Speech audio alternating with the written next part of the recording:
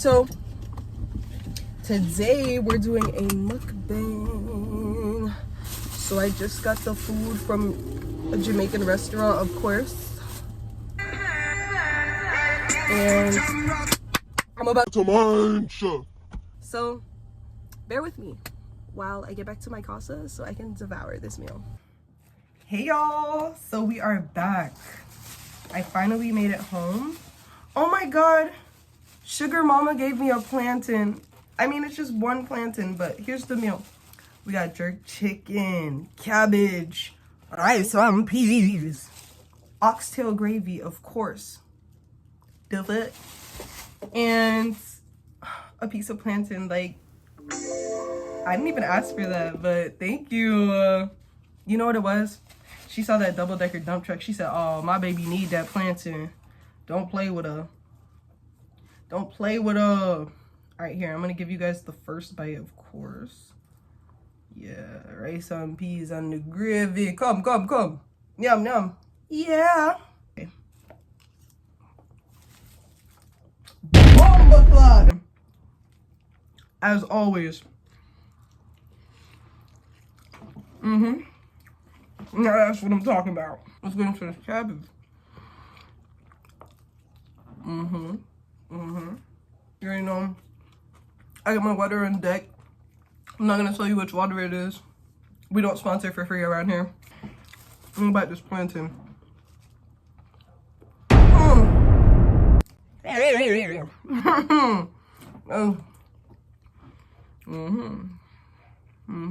Today, I mean, I don't know how mukbangs work. Like, if I should, like, talk or if I should just eat. I'll talk because I'm a yapper.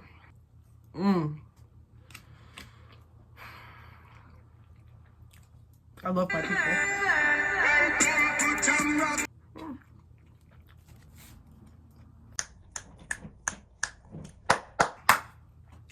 I bet you some Jamaican lady named Shelly Ann made this.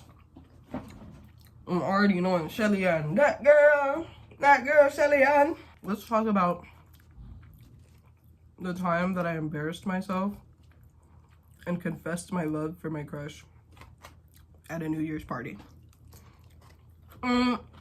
Honestly,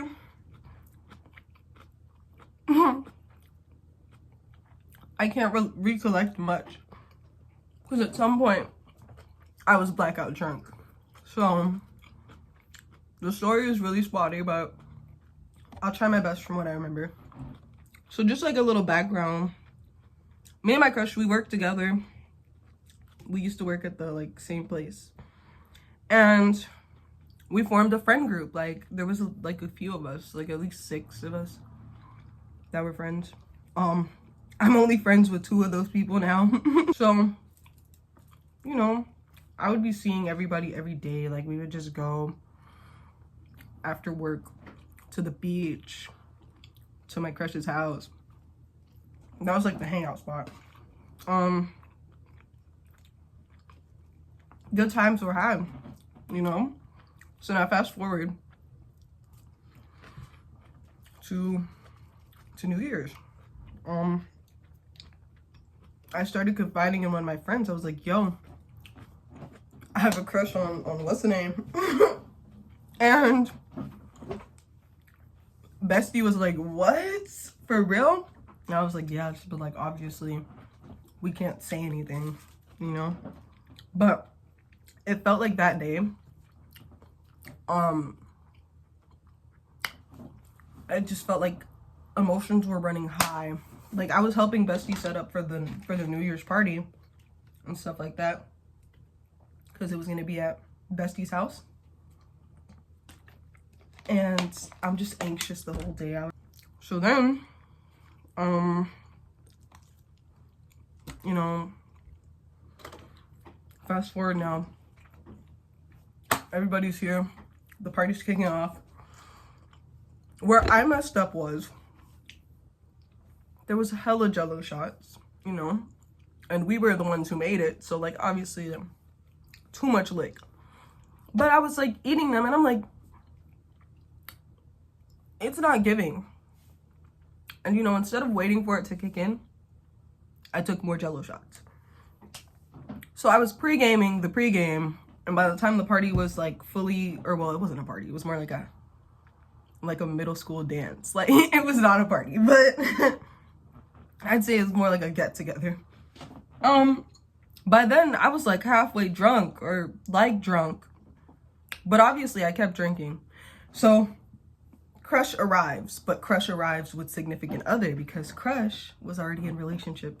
So now add that with all the emotions and drunk. Oh, I was sad. I was going through it. I was depressed. Oh my God. So then I had to sit there that whole time and watch them, like, you know, be cute. And I was so mad. Like, I was like, oh my God, like, I hate this for me. So what do? I get drunker. And now this is where it starts to get really unnecessary, because it's like, girl, stand up. So at the time, I'd say like I had a little booty call, like somebody I could, you know, they were also there. So I started, now this is very distasteful on my part, and I've grown tremendously since then. But I decided to go be all up on booty call, and very drunkenly too, so embarrassing, very embarrassing for me.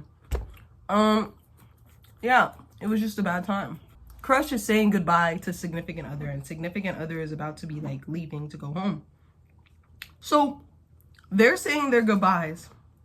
Why is my drunk ass standing in the doorway watching them?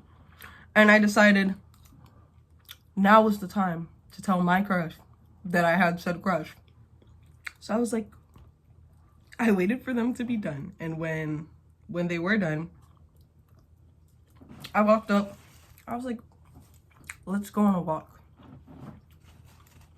We walked the entirety of the neighborhood. I don't really remember much, because I kind of blacked out. But when I blacked back in, I was sitting on a generator of some sort, and I was like, I'm sorry, I'm crying at this point. Mind you, I don't know how I ended up on the generator. I don't know why I'm crying. And I'm just like, I'm sorry, like, I didn't want it to be you. You know, I wanted it to be anybody but you. Oh my God, I can't help it. Like, I'm sorry, blah, blah, blah. Like, and then I think I said I love you. And that's where it was like, oh, my Lord, it's a snap and Tarla. And then I blacked out again. But this time for good. I woke up the next morning and I was at home. I don't know how or why or when, but I was at home. And I woke up to so many messages, and like, yeah, like I kid you not, for the next week, anytime that I knew that we were on the same shift, my body went into a full panic. Like, I had so many panic attacks. It was bad, like to the point of tears. Like, I was like, it was going through it badly. Yeah. I guess moral of the story is, don't get too drunk on Jello shots. If you feel like you're already drunk, maybe stop, you know? Maybe don't continue. So, all in all, you know, yeah. Back to this food though, it's really bomb. Very delicious, 10 out of 10. Like, smacking. Lord have mercy, I'm about to bust. So, food has been devoured. My back has expanded. And I'm happy again. So, laters.